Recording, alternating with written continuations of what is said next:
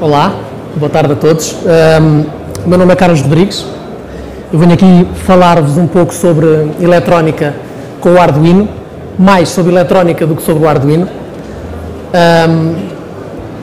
Mas, como alguns de vocês que tenham passado por cadeiras de eletrónica na faculdade sabem que ele tem muita matemática. E eu não vou mostrar matemática nenhuma. Portanto, é tudo prático. As únicas coisas que eu assumo é que sabem pelo menos o que é um volt, o que é um ampere, o que é um ohm, como é que se relacionam essas grandezas umas com as outras, que sabem, por exemplo, que um ampere a 220 volts é muita corrente, mas um ampere a 5 volts são 2 Raspberry Pis, que é relativamente pouca. Portanto, seguindo em frente. Ora, começando, o que é a plataforma Arduino, como introdução. O Arduino são duas coisas. De um lado é o hardware, que é uma placa com circuitos para suportarem um microcontrolador ATmega. Basicamente, a placa toda é um microcontrolador, o que está à volta é só alimentação e os circuitos para ligar a placa por USB ao computador. E o que faz realmente da placa um Arduino, o nome Arduino, é o bootloader que está no microcontrolador, que é uma peça de software relativamente pequenina, são só 512 bytes, que permite fazer upload dos programas do computador diretamente para dentro do microcontrolador sem ter que usar um programador externo, um aparelho externo, para programar o chip. Do lado do software é uma biblioteca que abstrai uma série de características do hardware, desde programar os registros, sei lá, N coisas. E apresenta aquilo com uma API um bocadinho mais simplificada. E é também um IDE em cima do GCC para a arquitetura AVR, que é a arquitetura do processador que está dentro daquele microcontrolador. Então, as capacidades a placa tem relativamente pouca capacidade computacional. O chip funciona a 16 MHz, que é bastante pouco, mas é mais rápido do que o Spectrum. Tem 2 capas de RAM, tem 32 capas de memória flash, que é para onde se carregam os programas. É a memória onde vocês não conseguem escrever, só conseguem carregar para lá os programas, mas não conseguem escrever. E tem mais um capa de EEPROM, que é onde podem gravar estado persistente. Por exemplo, se quiserem ter um número de série, umas configurações, coisas que sobrevivam a carregar várias versões sucessivas do programa, coisas que existam sempre naquela placa. Depois, em termos de interação com o mundo, tem 14 pinos digitais, ou seja, 0 e 1, low ou high. 6 deles têm uma capacidade que se chama PWM, que nós vamos ver um bocadinho mais à frente, eu não vou dizer já o que é. 2 que suportam interrupções ao processador, e depois alguns deles têm outras funcionalidades, acessórias, como por exemplo, facilitar alguns protocolos de comunicação com sensores e etc. Ou seja, para vocês não terem que implementar isso em código, o próprio chip faz alguma dessas coisas lá dentro sozinho. E tem também 6 pinos de input analógico, que é praticamente aquilo que se usa sempre para os sensores, porque vocês, em princípio, para ler sensores querem ler vários valores, não querem ler só se está high ou low. E cada um deles tem 10 bits de resolução, que significa que conseguem ler valores entre 0 e 1023, mas nós também já vamos ver isso mais à frente. Características elétricas. Isso para qualquer coisa eletrónica com o Arduino implica, uma coisa que implica é que vocês não queimem a placa logo assim que pegam nela. Portanto, convém ter alguma ideia de algumas características elétricas da placa, de modo a poderem brincar com ela com alguma segurança e não se arriscarem a queimá-la, porque apesar de ser barata, também não convém assim muito. Ora, a placa funciona toda a 5 volts, pelo menos o Arduino, que é considerado de referência, que é o Arduino Uno, aquela placa que vira no slide antes deste. Essa placa funciona toda a 5 volts, pode ser alimentada por um transformador entre 7 e 12 volts, pode ser alimentada por mais de 12 volts, até 20, mas não convém muito, porque quanto mais vocês tiverem, quanto mais voltagem tiver, ele para passar para 5 volts vai deitá-la fora como calor e então vai tender a aquecer um bocadinho, o regulador vai aquecer. O que não convém mesmo é alimentá-la com menos de 7, que a placa fica instável e pode fazer reset. Assim, espontaneamente. Cada pino aguenta até 20 mA, o que é mais do que suficiente para a maior parte das coisas. Para outras não, mas também vamos ver mais à frente. 20 mA em segurança. O que é que isto quer dizer? O que quer dizer é que se vocês apontarem para nunca exceder os 20 mA, estão mais ou menos à vontade para não ter um acidente e, pumba, fritar um pino. Porque ela, nas especificações, diz que é até 40. No entanto, apesar de cada pino suportar até 40 ou, preferência, até 20, a soma deles não pode ultrapassar mais do que à volta dos 100 mA, porque o chip aquece também. Se vocês estiverem a puxar muito a corrente dos vários pinos, a soma daqueles pinos é a corrente que está a circular dentro do chip, ele aquece e começa a ter dificuldade em livrar-se desse calor. E uma coisa muito importante é que nunca nenhum pino deve ver mais do que 5 volts a voltagens negativas. As voltagens negativas aqui não interessa muito pensar nisso, mas mais do que 5 volts, isto é tipo a regra de ouro da eletrónica. Qualquer chip, para o pino de qualquer chip, nunca deve haver uma voltagem nem acima da voltagem de alimentação, nem abaixo do que ele considera o zero. Ou seja, tem que estar sempre ali dentro. Caso contrário, arrisca-se a queimá-lo. Há alguns que são exceções, mas o Arduino não é um deles. Depois, a placa tem 2 pinos lá para vocês poderem alimentar os vossos circuitos. Ou seja, vocês têm uma série de componentes e têm que ir puxar alimentação a algum sítio. E podem puxar em 2 pinos que o Arduino tem lá. Um deles é marcado como 5 volts, que aguenta até 100 mA, sem aquecer muito. E tem um pino que é o VIN, que é a mesma voltagem que sai diretamente do transformador, e este aguenta até 1 ampere. Assim, os valores em geral, e isto começando assim logo com estes valores, vocês ficam, o que é que estes valores significam? Não interessa saber exatamente os valores, interessa ter uma ideia de que há assim, uns limites que não se devem exceder e ter mais ou menos uma ideia de quais são. Portanto, importa ter uma coisa destas. É assim, isto é o mínimo para fazer debugging. O ideal seria um osciloscópio, mas o osciloscópio é muito mais caro. Portanto, ter um multímetro é os mínimos. Não precisa de ser nada de muito também espetacular, mas também convém não comprar aqueles mais baratos, porque isto é daquelas coisas que duram para sempre. Ele, tipicamente, variar não é assim tão fácil a variar uma coisa destas, e este aqui foi comprado no Aqui, portanto nem sequer precisam andar em lojas especializadas à procura. Sem fazer publicidade já agora, mas já fiz. Então, passando para o primeiro exemplo. O primeiro exemplo é um exemplo da I/O digital, e em termos de funcionalidade é bastante simples. Tem um botãozinho e um LED. Quando carregam no botão, o LED acende. Quando carregam no botão outra vez, o LED apaga. Pronto. Acende, apaga, acende, apaga. E agora, não se preocupa muito aquela placa não ser um Arduino Uno, mas é simplesmente uma placa da geração anterior. Mas é a mesma coisa, para todos os efeitos. Ok, então, temos aqui as 3 peças deste exemplo. Deste lado aqui temos o circuito de output com o LED, ali o circuito de input com o botão, e aqui o código que vai correr no Arduino. Isto é mais para a eletrónica do que para o Arduino. Eu acho que vou começar pelo código para despachar o código. Ora, o código do Arduino é C++, mas como tipicamente as coisas são relativamente simples, parece mais C do que C++. Mas tem aqui uma diferença direta, que é, não tem uma função main. A função main é fornecida pela própria biblioteca, de modo a eles poderem fazer algumas das inicializações que vocês teriam que fazer se usassem o microcontrolador diretamente e não como o Arduino. Os pontos de entrada são 2, é a função setup, que corre só uma vez, quando vocês ligam a placa ou quando fazem reset, e aqui neste caso nós na função setup definimos o pin do LED, que é o pin 10, como output digital, e o pin do botão, que é o pin 11, como input digital. A função loop corre até vocês desligarem a placa ou até fazerem reset.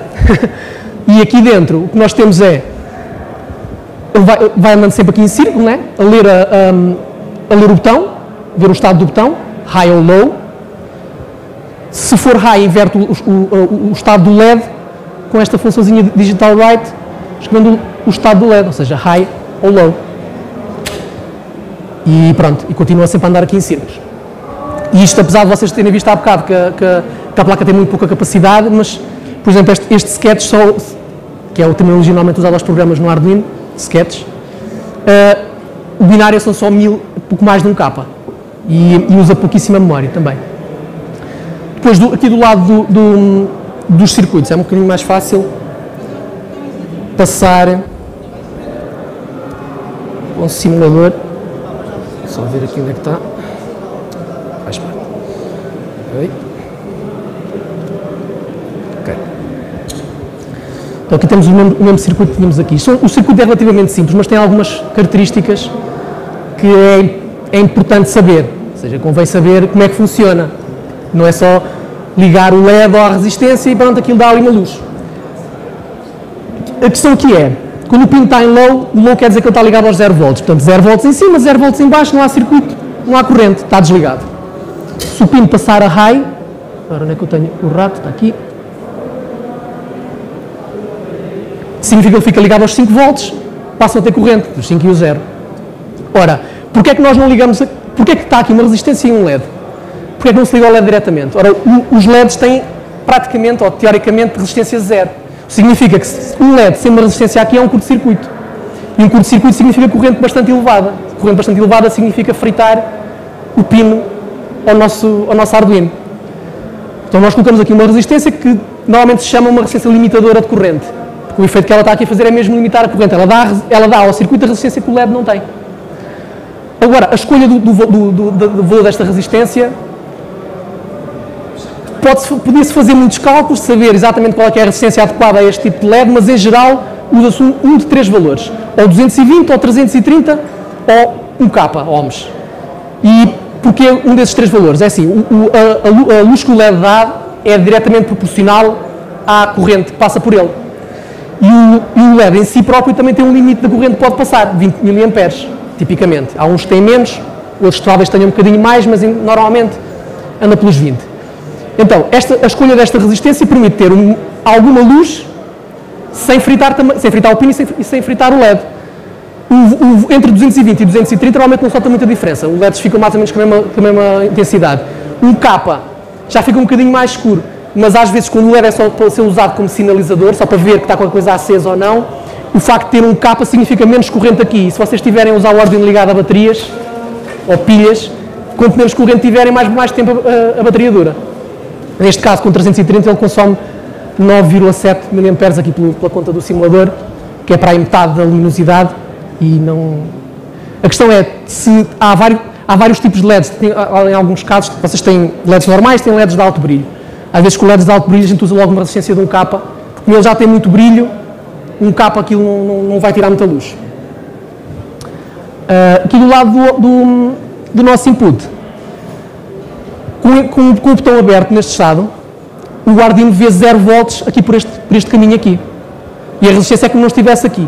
Aliás, uma coisa importante é um pino de input, ao contrário de um pino de output que está aqui a sair corrente, um pino de input funciona como se não fizesse parte do circuito. Ele só vê a voltagem, mas pode-se dizer que ele tem uma resistência tão grande, que não passa corrente nenhuma por lá. Então, quando o botão está aberto, ele está aqui a ver 0 volts e está a ler low.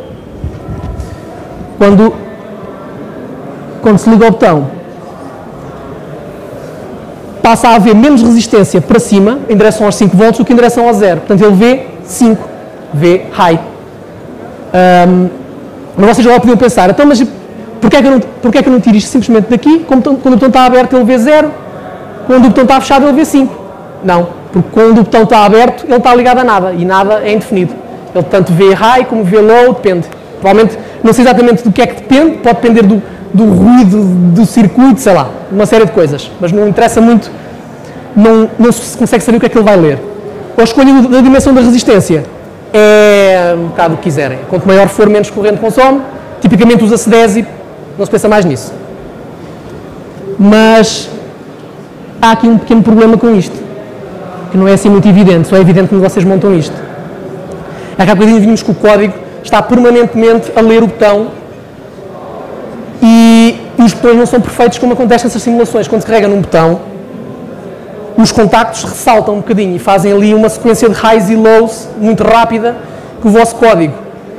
O Arduino é rápido o suficiente para conseguir ver uma série de highs e lows e o LED faz umas quantas coisas, acende e apaga e não fica no estado em que vocês estavam à espera que ficasse. Há soluções para isso em código, mas também há soluções para isso em elétricas, e a solução elétrica é um bocadinho, acho eu, que é mais elegante até do que acrescentar lá umas quantas linhas de código. E a solução para isso é usar um condensador. E o que é que o condensador faz aqui? O condensador é um depósito de energia. E quando vocês carregam no botão, Quando vocês carregam no botão, o condensador descarrega imediatamente se estiver carregado, então o pino vê um high. Mas quando vocês o largam, e se vocês repararem, o pino não vai passar de high para low imediatamente. Tem ali um pequeno atraso e ali embaixo no gráfico vê-se que ele tem uma rampa. E o que acontece é que quando vocês abrem o botão, o condensador vai carregar e enquanto estiver a carregar está a bloquear progressivamente o circuito, ou seja, o condensador descarregado é um curto-circuito e o condensador completamente carregado é um circuito aberto. Portanto, enquanto ele está a carregar é como se estivesse progressivamente a fechar o circuito, ou seja, a voltagem baixa numa rampa. E aqui a capacidade do condensador é um bocado indiferente. Se for um botão de pressão há de ser um valor assim deste, 100 nanofarads, que é relativamente, que é um valor médio. Se for um botão daqueles de on-off assim que desliza e que os contactos raspam muito mais, vocês podem ter que pôr um tamanho ali 10 vezes maior, por exemplo 0,1 microfarads, que são 1000 nanofarads. O que é que falta aqui? Bom, o que falta aqui é só uma coisa, que é, vocês quando virem esquemas na net para fazer coisas com Arduino, às vezes vão ver isto assim, com o botão em cima, outras vezes vão ver isto com o botão em baixo, ou seja, virado de cabeça para baixo. Que é a mesma coisa, com uma diferença, é que, ao contrário, com o botão carregado é um low, com o botão aberto é um high, porque se isto estiver ligado diretamente aos 5 volts, se a resistência estiver ligada diretamente aos 5 volts, quando aquilo está aberto ele vê a 5 volts por aqui. Isso é a mesma coisa, há quem prefira um modo ou outro, depois há outras razões para a qual se prefere uma coisa ou outra, no Arduino é um bocado indiferente. Mas a única coisa que convém saber é que isto chama-se um pull-down, porque a resistência puxa para baixo, puxa para zero, e ao inverso chama-se um pull-up, porque a resistência puxa para cima, quando o botão está aberto. Depois há aqui esta nota aqui em baixo, que diz só uma coisa, isto funciona, isto criar a inércia, ou seja, se eu clicar aqui repetidamente no botão, o condensador não chega a carregar e por isso ele vê sempre um high, ou seja, o botão fica estabilizado. Não se vê aquela sequência de highs e lows. Mas isto só funciona porque o Arduino tem uma característica que se chama easter-egg, ou também chamada de Schmitt trigger, que é todos os inputs lógicos, seja onde for, têm um nível de voltagem a partir do qual para cima consideram um high e o outro para baixo consideram um low. Mas esse nível de voltagem não é o mesmo. Por exemplo, pode ser, de 3 volts para cima é um high, de 1 volt para baixo é um low, mas entre 1 volt e 3 volts é uma coisa qualquer. Mais uma vez é um valor indefinido.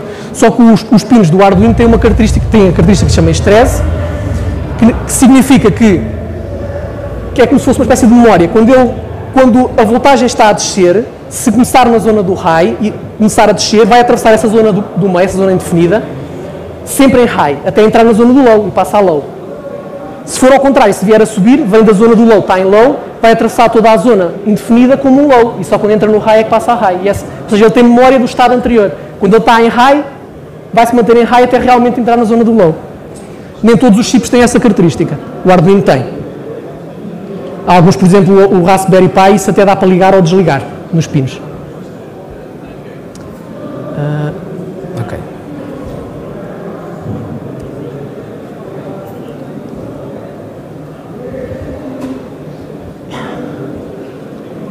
Isto aqui são só alguns exemplos de alguns condensadores, porque vocês têm vários tipos. Tem alguns que têm polaridade, outros que não têm polaridade. Os que têm polaridade vocês têm que ter cuidado se ligam o mais ou menos ao sítio certo, porque alguns, dependendo da voltagem, até podem rebentar, tipo os Tantal. E outros que não têm polaridade, não interessa como é que se ligam. Tipicamente os que têm polaridade, o terminal mais comprido é sempre o positivo. Isto é a mesma coisa que nos LEDs, os LEDs também o terminal mais comprido é o positivo. Mas depois, muitas vezes a escolha do condensador depende, quando vocês vão comprar, é o que é que há na loja e as capacidades. Por exemplo, os cerâmicos normalmente os têm as capacidades mais pequenininhas e os eletrólitos os têm as capacidades maiores, os outros dois andam ali mais ou menos no meio. Agora, circuitos analógicos. Este circuito também tem uma funcionalidade relativamente simples, tem um potenciómetro, que é uma resistência variável, vocês rodam isto, quando rodam, influenciam a luminosidade do LED. Para um lado, mais apagado, para o outro lado, mais luz. circuito disto do lado do output é muito parecido com o outro, mas vai ter uma diferença que nós já vamos ver. Do lado do input também é relativamente simples, nós vamos ver primeiro ao código. Aqui no setup, vocês apenas definem o pin do LED como output, porque os inputs analógicos são sempre inputs. No loop, leem o valor do vosso pin analógico, do pin A0, com a função analog read, e escrevem para o LED a intensidade luminosa dele com o analog write. Mas o que é isto do analog write? Na realidade, o Arduino não tem outputs analógicos. O tem uma funcionalidade que se chama PWM, que simula um output analógico, que já vamos ver como é que isso funciona. Aliás, já agora, os inputs analógicos leem o valor entre 0 e 1023, mas o output é entre 0 e 255, daí este map de intervalo de 0 e 1023 para 0 e 255. Agora, vou voltar aqui ao simulador.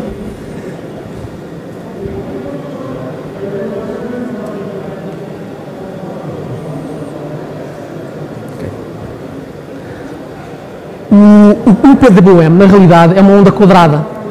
E como vocês não veem, e que vai fazer acender e apagar o LED muito rapidamente, mas como vocês não veem aquilo acender e apagar, para todos os efeitos é como se tivesse menos intensidade. E essa onda quadrada, a maneira como funciona é, o valor entre 0 e 255 que vocês escrevem no Arduino é o tempo que a onda passa a high, que se chama o duty cycle. Se for 255, é 100%, é sempre high. Se for 0, é sempre 0. Se for 128, é ali alguns no meio, está high, low, 50% para um lado, 50% para o outro. E é o que isto aqui simula. Eu vou só aqui dar aqui um valor aqui de 50%. Isto fica a pescar. Como eu disse, isto acontece muito rapidamente. A onda, a frequência normalmente é de 490 Hz, o que é muito mais rápido do que vocês conseguem ver. E para isto, na realidade, para isto consegue-se fazer um output analógico, com uns condensadores e umas resistências. Nós não vamos falar disso aqui. Do lado do input, o que o input analógico faz é ler a voltagem entre 0 e 5 em incrementos de 5 mV, o que dá 1023 níveis diferentes. E aqui, no caso do potenciómetro, se eu andar com a resistência dele para cima e para baixo, ali embaixo no outro gráfico vem que o pin V, quando a resistência é 0, vê 5 volts, quando a resistência, aliás, sim, quando a resistência é máxima, vem 0 volts. Isto depende, o potenciômetro funciona como se fossem duas resistências. É uma para cima e outra para baixo. Portanto, tem tudo a ver com a proporção da resistência para cima e a resistência que está para baixo. Se uma ser maior do que a outra, implica que o Arduino vê mais uma voltagem para um lado ou vê mais uma voltagem para o outro. Podem ver as coisas dessa forma. Mas, isto ainda assim é um input humano. Ou seja, o que é que isto me ajuda a ler sensores? É que muitos sensores não são mais do que simplesmente resistências. São resistências cujo valor da resistência varia com qualquer coisa. Uma fotocélula, a resistência varia com a luz que se lhe aplica. E então aqui nós temos que fazer como se fosse um potenciómetro. Temos que ter sempre uma resistência para um lado e uma resistência para o outro. Uma das resistências de um dos lados é o nosso sensor, que vai variar, do outro lado vai ser uma resistência fixa. Tipicamente esta resistência fixa escolhe-se, tipicamente é 10 capas. Mas a escolha aqui já tem um bocadinho mais de relevância, porque como esta é sempre 10 e aquela varia, significa que quando eu mexo isto, se eu encontrar o rato, eu não consigo chegar aos 0 volts, porque eu tenho sempre esta resistência de 10 capas, eu não consigo chegar ou seja, há sempre esta resistência aqui que é um valor fixo, ou seja, se vocês diminuírem o tamanho desta resistência, vão conseguir aproximar-se mais dos 0 volts e tem mais resolução. Neste caso, só vai até meio, só está a conseguir ler 512 níveis aqui. Se vocês tiverem uma resistência mais pequena, conseguem ir até mais abaixo, só que a resistência mais pequena também vai consumir mais corrente. Portanto, podem usar um capa, se precisarem dessa resolução, se não usam 10 capas, que é o normal. O facto de terem ali aquele ao contrário é para mostrar que isto também vão ver isto das duas formas, de cabeça para baixo ou não. Sendo deste lado um pull-down na mesma, porque tem uma resistência fixa a puxar para baixo e aquele tem uma resistência fixa a puxar para cima. E aquele o valor é invertido. E depois tem alguns sensores, quando vocês, por exemplo, aplicam luz, a resistência desce, e há outros tipo de temperatura que é ao contrário, que a resistência sobe, e podem usar um ou outro, mas ou então podem simplesmente no código tratar do assunto e lerem o 1023 como sendo não há luz nenhuma.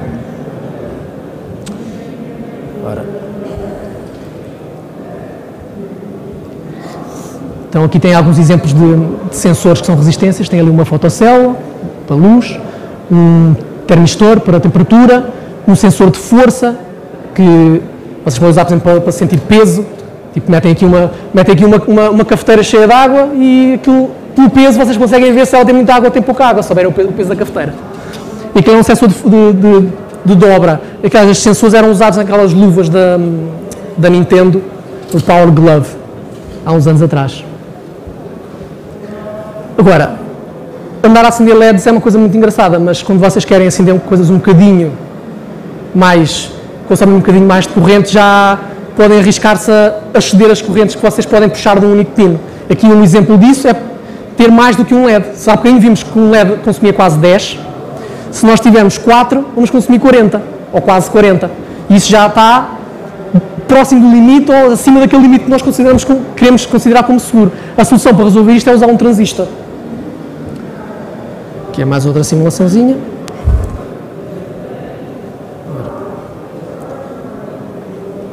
Okay.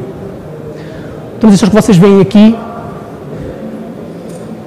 o transistor mais simples ou mais comum, depende do que se considera mais comum para estas coisas, são chamados transistores bipolares, é um BJT, transistor de junção bipolar, que existem duas formas, existe um NPN e um PNP. Isto na escola até ensinam que o NPN é o não pica na placa e o PNP é o pica na placa, porque a seta a apontar para a placa. Mas como este aqui é de longe o mais comum nestas coisas, e um é ao contrário do outro, portanto eu vou falar só do NPN. Ora, o transistor funciona como um interruptor. Ui, o que eu fiz? Okay. O transistor funciona como um interruptor eletrónico, ou seja, quando vocês têm, no caso do NPN, quando vocês têm corrente a circular daqui para aqui, ele abre. Quando não tem corrente, ele mantém-se fechado. Neste caso, o pin está em low, quando eu passar para high, passa a haver corrente aqui e ele abre. Abrindo, os LEDs acendem-se. E como vocês podem ver, nós só estamos a puxar 4,3 mA do pin, que é pouco, e ele aguenta bem, mas daqui já estamos a 47,7, que é mais do que ele iria aguentar. Depois tem esta resistência aqui, que é fundamental. Para que é que serve esta resistência? O transistor funciona em dois modos. Nós queremos que ele funcione no modo que é interruptor, que é ou está aberto ou não está aberto. Nós queremos que ele seja completamente aberto, que é quando ele consegue fazer passar mais corrente sem aquecer. E por isso a escolha da resistência aqui implica que a corrente que corre aqui tem que ser suficiente para abrir o transistor completamente. Ora, isto tem dado uma série de cálculos, e mais uma vez, como disse ao início, quem passou por cadeira dessa na faculdade deve ter visto montes de cálculos destes transistores e no final não percebeu nada, se forem como eu, que faço os cálculos e depois não sei para que é que isto serve, só se aprende passados uns anos. Tipicamente esta resistência aqui escolhe-se, tipicamente é um capa. Para a maior parte destes transistores, ou quase todos aquilo que vocês conseguem comprar deste tipo, é um capa. Também podem ver 2,2 capas, que também dá, mas tipicamente um capa é suficiente para isto abrir completamente. Já agora, o transistor tem três pinzinhos, este aqui que se liga ao pino chama-se a base, onde se ligam os vossos componentes chama-se o coletor e o que vai ligado ao ground chama-se o emissor. E os PNP é ao contrário, e como é ao contrário também, quando estão em high estão fechados e quando estão em low é que estão abertos. Mas a lógica é a mesma. As vossas coisas ligam só ao coletor, ali os 5 volts ligam só ao emissor e o pino liga-se à base. Isso é sempre a mesma coisa.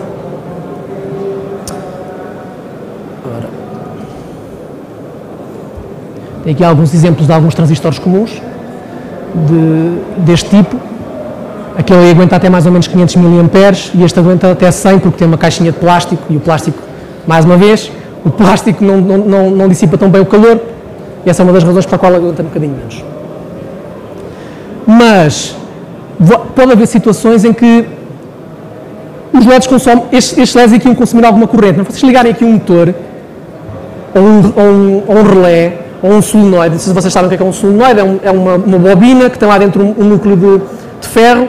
Quando vocês lhe dão corrente, o núcleo de ferro desloca-se para uma das direções. Pois aquilo tem uma mola que quando vocês tiram corrente, aquilo puxa o núcleo outra vez de volta. Isso é usado, por exemplo, se vocês querem fazer um repuxo, controlar um repuxo com um Arduino, vocês têm válvulas para controlar a passagem da água, que são solenoides. O problema disto é que isto gera correntes muito mais elevadas. Se ali estávamos a ver uma corrente de 50 mA, isto é capaz de consumir 200, 300, 400, 500 mais que aqueles transistores aguentam. Para isso, a solução para isso, no lado do transistor é simples. Há uns transistores que se chamam transistores de Darlington, que na realidade são... Eu vou aqui voltar a abrir isto.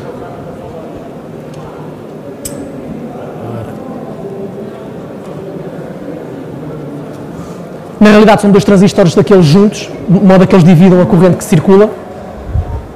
Que vocês não têm muito que preocupar com o facto de serem dois transistores, para aquilo vende-se num chipzinho com 3 patas, tal e qual como os outros transistores. Portanto, podem considerar que é um transistor simples. Mas, as coisas como motores e relés, que têm bobinas lá dentro, são aquilo que se chama uma carga indutiva. Porque tem um indutor, uma bobina lá dentro. E os indutores têm uma característica um bocado chata para a eletrónica. É que uma bobina tende a querer manter o fluxo da corrente constante. Portanto, quando vocês o desligam e ele tiram a corrente, ele quer manter a corrente a correr a todo o custo. Então o que faz é que cria uma voltagem enorme e que frita-vos a eletrónica que está lá ligada. A solução para isso é aqui um diodo que só deixa passar a corrente no sentido, portanto só deixa passar a corrente daqui para lá, no sentido da seta. Portanto, numa situação normal, com isto a funcionar, eu vou pôr isto a andar. Com isto a funcionar, o diodo não faz nada, está a bloquear a corrente e aqui esta resistência e a bobina que simula como se fosse um motor, porque o simulador não tem aqui nenhum motor. Em situação normal, isto não está aqui a fazer nada, é como se não estivesse lá. Não sei se estão aqui a ver, que a corrente está aqui a aumentar, isto é um tempo muito...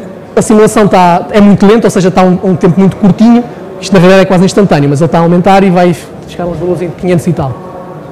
O que acontece é quando se desliga isto e a bobina tenta manter a corrente a correr e gera uma voltagem muito grande, e muitas vezes da ordem dos milhares de volts, o que vocês querem precisam de dissipar essa corrente por algum lado, é o que vai fazer o diodo. Como ele está ao contrário, quando vocês desligam, esta energia que a bobina tem armazenada vai andar ali a circular até se dissipar. E, aliás, esse efeito de gerar uma voltagem grande e fritar a eletrónica chama-se um kickback. É um pontapé. Dá um pontapé na eletrónica.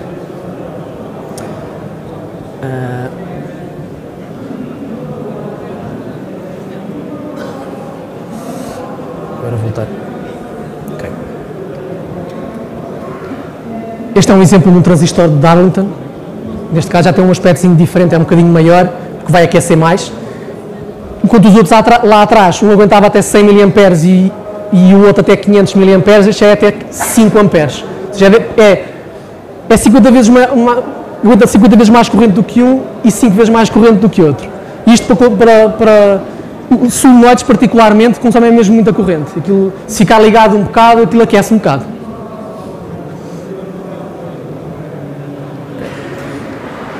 Isto significa o facto de nós termos vindo aqui sempre cada vez a puxar mais pelo Arduino, cada vez que temos mais corrente. Primeiro temos um LED que consome pouco, depois temos mais do que um LED que consome mais, já precisamos de meter lá um transistor pelo meio, depois temos um motor que consome ainda mais, já precisamos de um transistor diferente.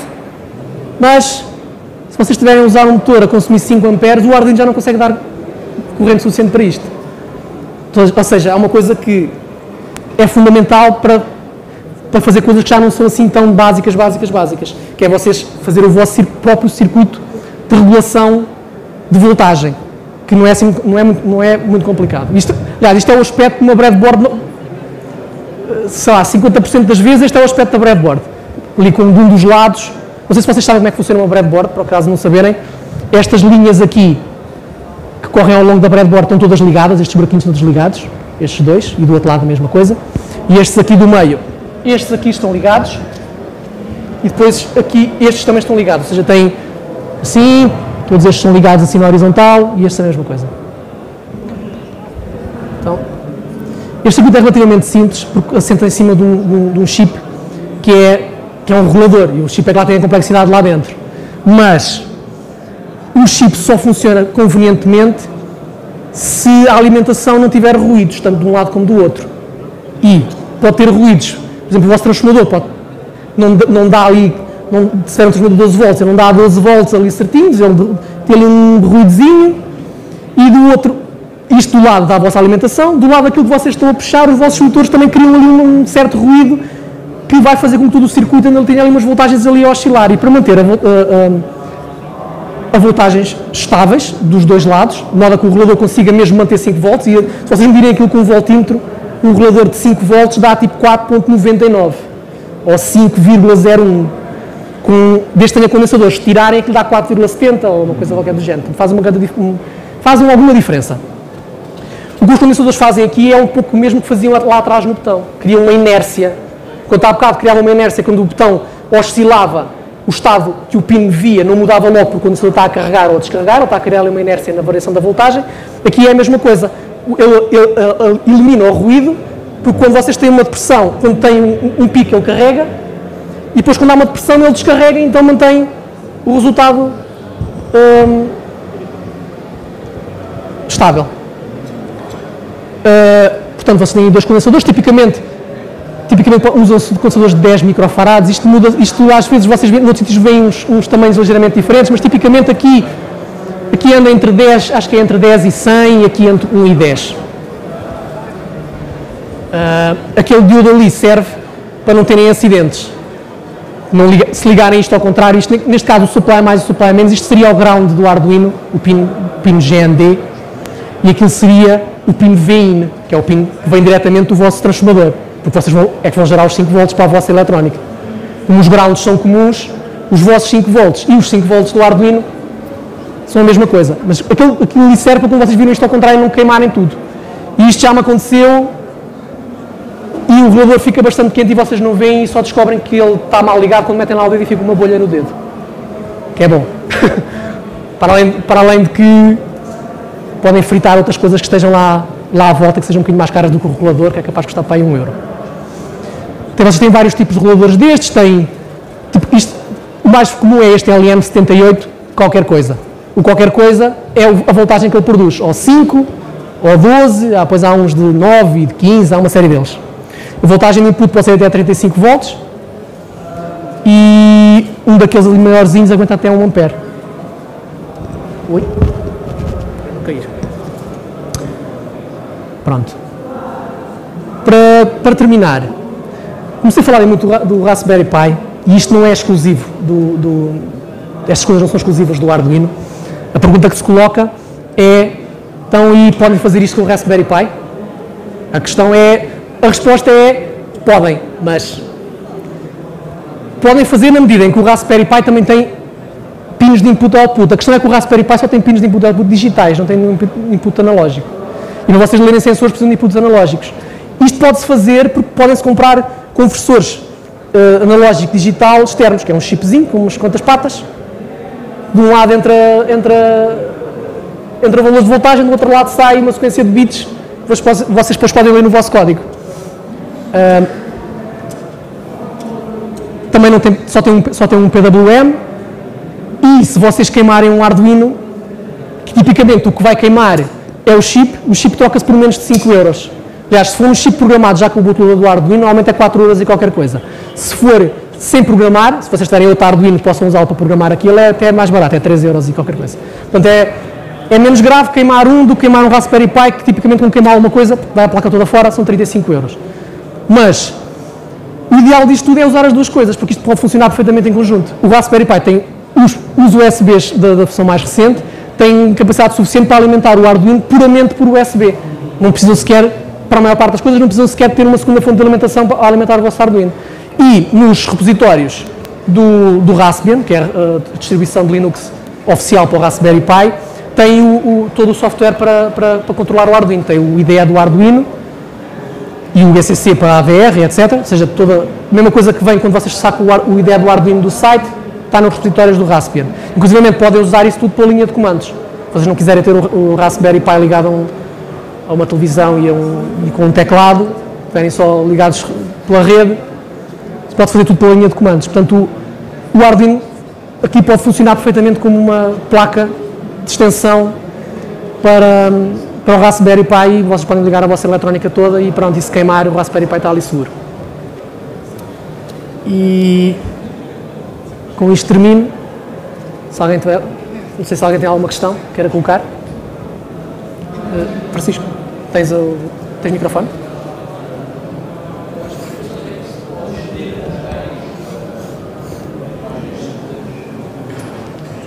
Situações que podem escolher é a solução mais óbvia, que é fazer um curto-circuito, mas essa, quando acontece, se acontece e não se consegue evitar. A outra situação é aquela situação, por exemplo, tentar ligar o motor diretamente a um pino do Arduino. O motor vai puxar de lá umas centenas de miliamperes, aquilo aguenta até 40 e, com sorte, aquilo não se queima imediatamente e vocês ainda conseguem desligar. E como isto não era aquelas coisas tipicamente que vocês fazem, né? Coisas para estarem aí 30 anos a funcionar num sítio qualquer remoto, onde não é suposto o microcontrolador arder daqui a uns tempos por alguma coisa que vocês fizeram para trás, mas mais do que 40 miliamperes, se for durante algum tempo, aquilo vai queimar alguma coisa, vai queimar o pino, vai queimar o microcontrolador, e para além dos LEDs, quase tudo, está aqui a fazer, está a perceber, é o ruído. Para além dos LEDs, quase tudo consome mais do que os pinos do Arduino aguentam. Um LED vai até a 20 miliamperes, a partir daí é sempre a subir. Tudo o resto, depois ligarem lá uma lâmpada, já é mais, bastante mais. É usando um transistor, porque do pino do Arduino para o transistor vai uma corrente baixa, que é o suficiente para o transistor abrir, e depois é o próprio transistor que vai conduzir aquela corrente mais elevada, que é como... A coisa mais elevada vem da própria... O que se costuma dizer é que a corrente é puxada e a voltagem é empurrada. Ou seja, a corrente vem do próprio aparelho que tem pouca resistência. O motor tem muito pouca resistência. Quando tem pouca resistência, nós temos uma voltagem fixa. Quanto menos resistência tivermos, maior corrente temos. Se o LED não tem resistência nenhuma, se nós não pusermos lá uma resistência, ele queima. Por isso é que nós pomos lá aquela resistência. O motor não tem resistência nenhuma, ou tem pouca resistência, mas se nós pusermos lá uma resistência, ele não funciona. Nós fazemos uma resistência à frente do motor, o motor já não tem corrente suficiente para funcionar. Portanto, ele tem pouca, não sei, depende dos motores, mas há motores que têm, por exemplo, 6 ohms, 10 ohms, são assim valores assim muito reduzidos. E por isso aquilo vai puxar muita resistência. 5 volts e 10 ohms, é fazer a conta, dizia outro. Portanto, é o próprio componente que vocês estão a usar é que vai puxar, podem imaginar como se aquilo puxasse corrente. E o motor puxa muito mais corrente do que um LED, com uma resistência lá. Pode ser preciso fonte externa ou não. É assim, em alguns sítios vocês veem exemplos a usarem fontes externas. E a razão por qual muitas vezes usam fontes externas é porque, como eu disse atrás, não convém alimentar o Arduino com mais do que 12 volts. Agora, se vocês quiserem alimentar alguma coisa, por exemplo, um motor, com 12 volts e quiserem que ele seja regulado, ou seja, para que serve a regulação no caso do motor? É para, se vocês sabem que estão sempre a deitar 12 volts certos, sabem que o motor vai ter uma rotação previsível. Porque se não tiver lá um regulador, a vossa fonte de alimentação não tem um valor de voltagem fixo. Quando vocês pegam um transformador que diz lá 12 volts, vocês vão lá com o voltímetro e medem aquilo, e aquilo pode ter 15, ou pode ter, se tiver a dar corrente a alguma coisa, tem menos do que 12, ou seja, quando vocês puxam de lá a corrente, a própria fonte de alimentação é como se, não tenho força para dar tanta corrente já e deixa cair a voltagem. Então, quando vocês querem dar 12 volts fixos para um motor, precisam de qualquer coisa que seja acima dos 12 volts. E se não querem alimentar o Arduino com mais do que 12 volts, têm que ter duas fontes separadas. E usam aquele circuito de regulação. Mas como o ground do circuito de regulação está ligado ao ground, que se chama o common ground, está ligado ao ground do Arduino, isso faz com que o circuito seja todo o mesmo circuito, porque tem um ground comum, apesar de ter os 12 volts virem de um lado e os 5 volts virem do outro. Isso porque que é outra coisa, é que se os pinos não é suposto verem mais do que 5 volts, se vocês têm um motor ou outra coisa qualquer que funciona a 12 volts, já nunca podiam ligar aquilo diretamente ao pino, mesmo que aquilo gastasse pouca corrente. E o transistor não tem essa preocupação. Para além de que vocês não só não têm essa preocupação, como permite fazer tudo o resto. Tipo, o variar a velocidade do motor com o PWM que vimos, o transistor aceita aquilo perfeitamente. Pode acender, ligar e desligar milhares de vezes por segundo, aí já depende do transistor, mas tipicamente é assim, tipo 1 MHz, aquilo não se queixa, isto são 490 Hz, é muito menos. Mais alguma? Como é que se chama o software da simulação? O software da simulação? O software da simulação é o Circuit Simulator Applet, não tem propriamente um nome assim muito bonito. Mas se vocês forem aqui a este endereço, ou que está aqui dentro do QR Code, está lá o simulador e estes fecheiros. Isto é algo que eu encontrei na net, é de uma pessoa que se chama Paulo Falstad, e se faz o programa porque Circuit Simulator no Google é a primeira coisa que aparece. Mais algum?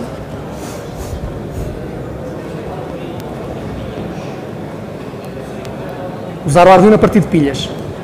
Sim. Tem que cumprir os limites, o requisito que tinham ao início, ou seja, se o Arduino tem que ser alimentado no mínimo por 7 volts, você tem que juntar as pilhas suficientes para dar 7 volts. Neste caso são para aí umas 6 pilhas, pelo menos. O durar depende em parte daquilo que a própria placa consome. Se vocês fizerem umas pilhas de, sei lá, de 1500 mAh, que significa que vocês tivessem a gastar 1500 mAh, durava uma hora, o Arduino gasta para aí 100, e ele sozinho até gasta menos, mas se tiver a fazer determinadas coisas pode chegar aí aos 100, mas não deve passar dos 100. Ou seja, o tempo que as pilhas demoram depende do resto que vocês estão a usar. Daí, se vocês usarem neste circuito, vocês usarem estas resistências, funciona tudo. Se vocês quiserem ir lá ao pormenor e poupar e fazer que as pilhas durem mais tempo, têm que ir ver, bom, então, será que eu posso baixar um bocadinho aumentar um bocadinho esta resistência, mesmo isto continuando a funcionar? Se aumentar a resistência, baixa a corrente, estou a puxar menos das pilhas, duram mais. E depois há outra coisa que tem muito mais efeito, que é fazer o próprio, se os vossos componentes forem simples, tipo uns sensores de luz e de temperatura que gastam pouquíssimo mesmo, vocês vão querer é poupar no lado do Arduino. E poupar do lado do Arduino, se vocês virem as APIs do Arduino, não na referência que está no próprio site do Arduino, porque eu penso que isto não está lá, mas procurarem por AVR Library, ou AVR Lib, ou LibAVR, penso que é assim o nome, vão encontrar uma parte lá que são as funções para fazer o Arduino dormir, fazer sleep. E, por exemplo, se vocês tiverem um sensor de luz e de temperatura e de umidade numa estufa e só quiserem ler aquilo de segundo a segundo, não vale a pena o Arduino estar ali a ler os sensores 16 milhões de vezes por segundo, ou quase. E então vocês fazem sleep, o chip adormece e depois, passado um bocado, ele acorda com outra... Depois como é que ele acorda é que é o truque. Pode acordar por um interrupt, pode acordar por atividade na porta-série, e esses modos, uns poupam mais, outros poupam menos. Se vocês adormecerem o Arduino completamente, em que ele só acorda se levar uma interrupção, num daqueles 2 pinos que têm interrupções ao processador, se aquilo acordar, por exemplo, uma vez por segundo, vocês com umas pilhas aquilo é capaz de durar muito. Não posso dizer exatamente quanto, mas capaz de durar muito tempo. Poderia dar para fazer underclocking, aliás, o chip suporta isso perfeitamente. O chip por default, se vocês comprarem um chip sem o bootloader do Arduino lá e o ligarem a corrente, vocês não veem nada. Mas lá dentro ele está a correr a 8 MHz, que é o default, que é menos do que os destes 16. Ele funciona a 16 porque o Arduino mete um cristal por fora para lhe dar um clock mais acelerado. Com o Arduino não se pode baixar o clock do processador, porque a biblioteca, para muitas coisas, por exemplo, as funções de delay e outros cálculos de tempos, depende de saber a velocidade a que corre o processador. E isso para eles é importante saberem exatamente isso, ou seja, não podem alterar isso facilmente, porque uma coisa que diferencia um microcontrolador, por exemplo, do Raspberry Pi, é que vocês no microcontrolador conseguem ter timings extremamente precisos. Vocês dizem que querem que ele tenha um timer ali que dispara a cada não sei quantos microsegundos, e ele vai disparar não sei quantos microsegundos ali só com uma variaçãozinha muito reduzida, ou seja, aquilo é o mais real time que se consegue. Portanto, consegue-se fazer underclocking, mas se fizerem underclocking tem que meter a biblioteca do Arduino de lado e andar a programar lá as portas, os portos Bs e portos Cs e fazer lá shifts e andos binários para escrever coisas para os pinos. Portanto, o Arduino realmente simplifica muito a biblioteca, neste caso. Mais alguma pergunta?